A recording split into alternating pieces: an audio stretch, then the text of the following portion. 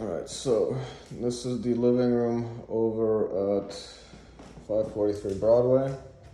The first bedroom is through this hallway here. This is bedroom number one. Bedroom number one has small amount of shelving space. Big enough for basically a twin size bed, or it can be used as an office space.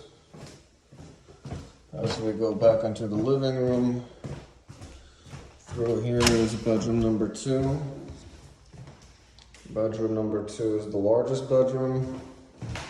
Big enough for a king size, queen size, any size bedroom really. This is the closet space. Large bedroom here. Through here is the living room.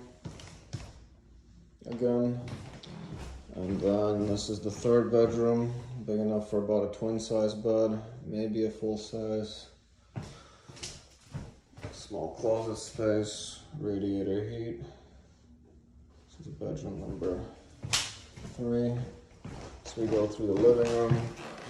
You see gas stove, laundry in the unit, cabinet space, bathroom through here, large bathtub,